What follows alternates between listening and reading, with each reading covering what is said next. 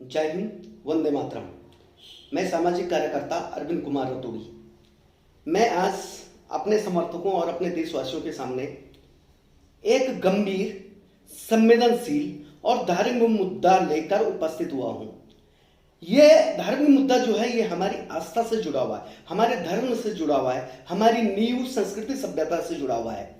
वो विषय इस प्रकार है कि अभी हमारे पूरे महाराष्ट्र राज्य में श्री गणेश उत्सव मनाया जाएगा।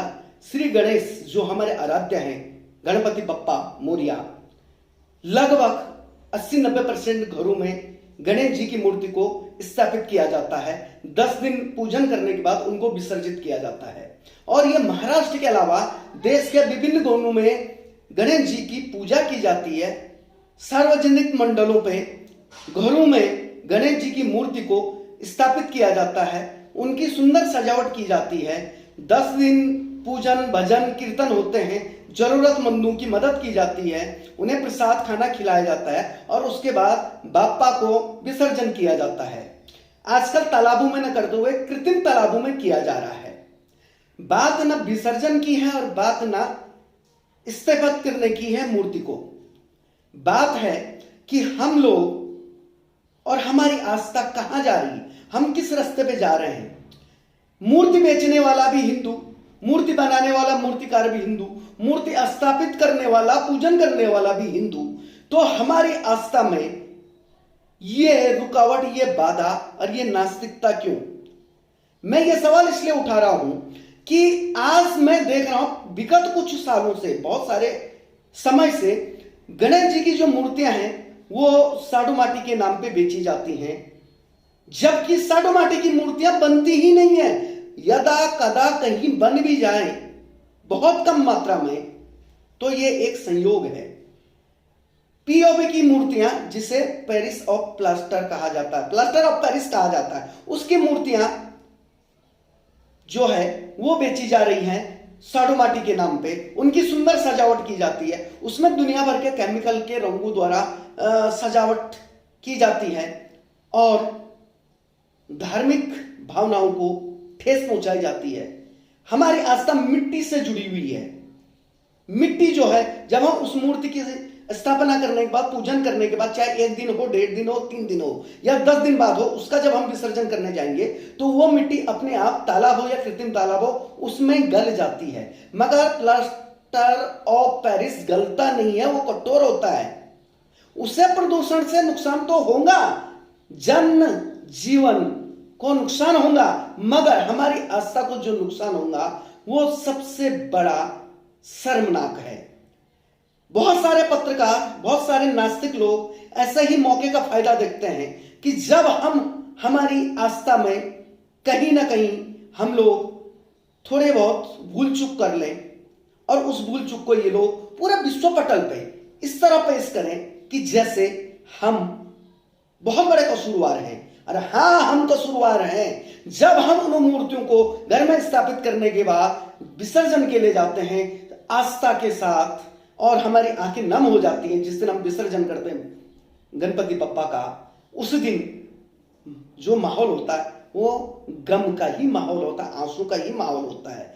मगर दुर्भाग्य तब होता है जब उन मूर्तियों को विसर्जन करने के बाद दूसरे दिन वो मूर्तियां तालाब में, कृत्रिम तालाबों में ऊपर रहती हैं। किसी के हाथ टूटे हुए, किसी का जो जिस पर मूर्ति बैठी जाती वो आसन टूटा हुआ, किसी का मुकुट टूटा हुआ और वो अस्त व्यस्त हालतों में यहां वहां पड़ी रहती हैं। वो गलती नहीं, वो प्लास्टर ऑफ पेरिस है, पीओपी है, वो गलेगा नहीं। तो ये हमें सोचना है कि हमें किस प्रकार की मूर्ति की स्थापना करनी है अपने घर में। मैं आप लोगों से कहना चाहूंगा कि घर के अंदर पूरी आस्था के साथ, धार्मिक रीति रिवाज के साथ हम लोग अष्टधातु की, पीतल की या अपने हैसियत से, जितनी हमारी हैसियत है उस हैसियत से छोटी सी चांदी की मूर्ति बना सकते हैं और उस मूर्ति के बाजू में हम लोग सुपारी रखें। उस सुपारी को गणेश का प्रतीकात्मक रूप समझें और 10 दिन पूरी आस्था के साथ जब हम पूजन करें, भजन कीर्तन करें, गणपति बप्पा को याद करें, तो वो जो 11 दिन बाद जो सुपारी है उस सुपारी को हम अपने घर के कुएं में विसर्जित करें। हमारी आस्था कोई ठेस नहीं पहुंचेगी, हमारे धर्म का कहीं मजाक नहीं उड़ाया जाएगा। हमारा जो बहुत सारा पैसा पानी की तरह यहां वहां चला जाता है वो पैसा भी बचेगा। और वो जो हमने अष्टधातु पीतल या इसकी चांदी की जो मूर्ति बनाई है वो मूर्ति सारी जिंदगी हमारे काम आएंगी। उसको भी हमने थोड़ा सा गोमूत्र से नहला दिया, गंगा जल या पानी से नहला के उसको हमने अपने पूजन घर में रखना है। दूसरी बात, जो हम सार्वजनिक गणेश मंडल की स्थापना करते हैं जगह जगह, वो जगह जगह ना करते हुए उसे कुछ चुनिंदा जगहों पे करें। जो सजावट हम कर रहे हैं उस सजावट को कम करें और उन मूर्तियों को भी हम सिर्फ और सिर्फ मिट्टी की ही स्थापित करें, क्योंकि आस्था मिट्टी की है, धर्म में मिट्टी का स्थान है, पीओपी का नहीं है। हम सुंदरता देखते हैं, सुंदरता देखनी है तो धर्म में देखो, आस्था में देखो, भक्ति में देखो। सुंदरता उस मूर्ति के कलर में, रंग रूप में मत देखो। सुंदरता धर्म की होनी चाहिए।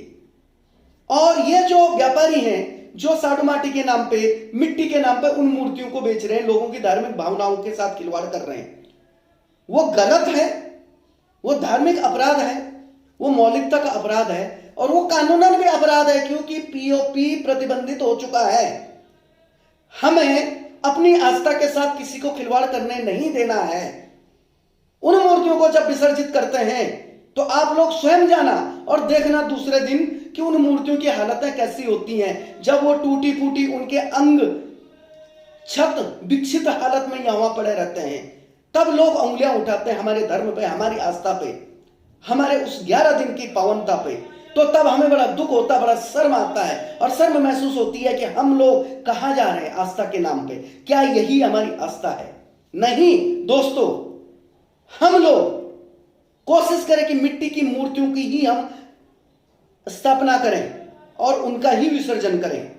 या मैंने जो घर में जो बताया मैंने कि सुपारी की प्रतीकात्मक पूजा करें, उसका विसर्जन करें, सार्वजनिक में मिट्टी की मूर्ति करें। और इन व्यापारियों ने, उन मूर्तिकारों ने पीओपी की मूर्तियों को साधु माटी के नाम पे बेचना चालू किया, कहीं मिट्टी के नाम पे बेचना चालू किया। पीओपी हल्का होता है, वो गलता नहीं, टूटता नहीं, मगर इन्होंने उसका वजन बढ़ाने के लिए उस मूर्ति के अंदर में रेती, बालू, कुछ ईंट का बुरादा भर दिया है, जिससे खरीदने वाले धार्मिक भाविक व्यक्ति को लगे कि यह मूर्ति जो है मिट्टी की है या फिर पीओपी की है, इसकी है, साधु माटी की है, पीओपी की नहीं है, जो सरासर अपराध है धार्मिक और संवैधानिक। हमें इन चीजों से बचना है। अभी कुछ दिन पहले श्री गणेश उत्सव के पहले, अभी तो गणेश उत्सव आएंगे, इससे पहले हमारे यहाँ पे श्री कृष्ण जन्मोत्सव मनाया गया था। भगवान श्री कृष्ण की मूर्ति को भी लोग स्थापित करते हैं घरों में, 1 दिन 1.5 दिन के बाद उनको विसर्जित करते हैं तालाबों में। तालाब तो सूखने लग गए हैं, कृत्रिम तालाबों में उनका विसर्जन होता है, मगर वहां भी वही हालत देखी गई कि मूर्तियों के अंग यहां वहां पड़े हुए हैं, कहीं हाथ टूटे हुए हैं, कहीं मुकुट टूटा हुआ, कहीं बांसुरी टूटी हुई है, जो दिल को ही नहीं दिमाग को भी झंकोर कर रख देता है। हमारी आस्था को, हमारे धर्म को, हमें अपने आप को नीचा दिखाने के लिए यही प्रमाण काफी है। उसके बाद हम गणेश जी के मूर्ति के साथ हमारे पास में जो हम उन्हें हार चढ़ाते हैं, प्रसाद चढ़ाते हैं, उसको निर्माल्य बोला जाता है। वो सारा निर्माल्य जमा हो जाता है, उस निर्माल्य को भी हम प्रतिबंधित प्लास्टिक की थैली में रख के यहां वहां फेंक देते हैं, जबकि आस्था है उसके साथ भी, उसका भी पूजन किया हमने, उसको भगवान श्री गणेश जी को चढ़ाया हमने, उसे भी हम यहाँ वहां कैसे फेंक सकते हैं? उसको भी हम जो महानगर पालिकाओं द्वारा, शासन प्रशासन द्वारा, हमारे संगठनों द्वारा, हमने स्वयं ने, मैं 15 साल से स्वयं सेवा दे रहा हूं महानगर पालिका के साथ जुड़कर, निस्वार्थ निःशुल्क निर्भीक तरीके से। तो उन कलशों में निर्माल्य को जमा करें आप लोग और कोशिश करें कि इस समय हमारे देश में महामारी बहुत खतरनाक भीषण तरीके से है, लोग आत्महत्याएं कर रहे हैं, आर्थिक रूप से टूट चुके हैं, कई लोग अपनों से बिछड़ गए हैं, कई अनाथ हो गए हैं, कई परिवारों के दिए बुझ चुके हैं। तो कोशिश करें कि हम बड़ी सादगी से मनाएं, आस्था से मनाएं और जो पैसा हमारा बचता है उस पैसे से किसी गरीब परिवार का भरण पोषण करें, किसी बेटी की शादी करें, किसी के हाथ पीले करें, किसी बच्चे की शिक्षा का खर्चा उठाएं। इतना तो हम कर ही सकते हैं, एक भारतीय होने के नाते, एक मानव होने के नाते और एक हिंदू होने के नाते। ये हमारा फर्ज है, ये हमारा कर्तव्य है। बस इतना याद रखें कि मिट्टी की मूर्ति की ही स्थापना करें, पीओपी की नहीं, साधु माटी के नाम पे बेची जा रही जो है उसकी नहीं। और हमारे श्री गणेश जी को आराध्य जो देवों के देव हैं उनको पूरा सम्मान दें, उनका हम पूरा सत्कार करें। 10 दिन पूरे सम्मान के साथ, आस्था के साथ अपना धर्म, अपनी आस्था हर किसी को ये दिखाएं, ये सोचकर दिखाएं कि हम सजग हैं और सतर्क हैं अपनी आस्था के प्रति, अपने धर्म के प्रति और अपने कर्तव्य के प्रति। और स्वच्छ, सुंदर, सुरक्षित रहना ये हम सबका कर्तव्य है, ये सब का हमारा मौलिक अधिकार है। बस इतना ही कहना चाहूंगा कि कभी भी कोशिश करना कि हम अपने धर्म को नीचा ना दिखाएं, बल्कि गर्व से और छाती ठोककर हम अपने धर्म की स्तुति कर सकें। गणेश मंडलों में हम लोग धार्मिक भजन, धार्मिक गाने बजाएं, न कि अश्लील गाने बजाएं। वहां पर भी हम आस्था के नाम पे जो गाने बजाते हैं, वो गाने, फिल्मी गाने, अश्लील गाने बजाते हैं, उन्हें ना बजाएं। हमारी युवा पीढ़ी पे, बच्चों पे उसका दुष्प्रभाव हो जाएगा। बहुत सारे लोग मंडलों में बैठते हैं, मंडल के पदाधिकारी पत्ते खेलते, जुआ खेलते हैं। हाथ जोड़ के विनती कि आप लोग वहां पर पत्ते जुआ ना खेलें।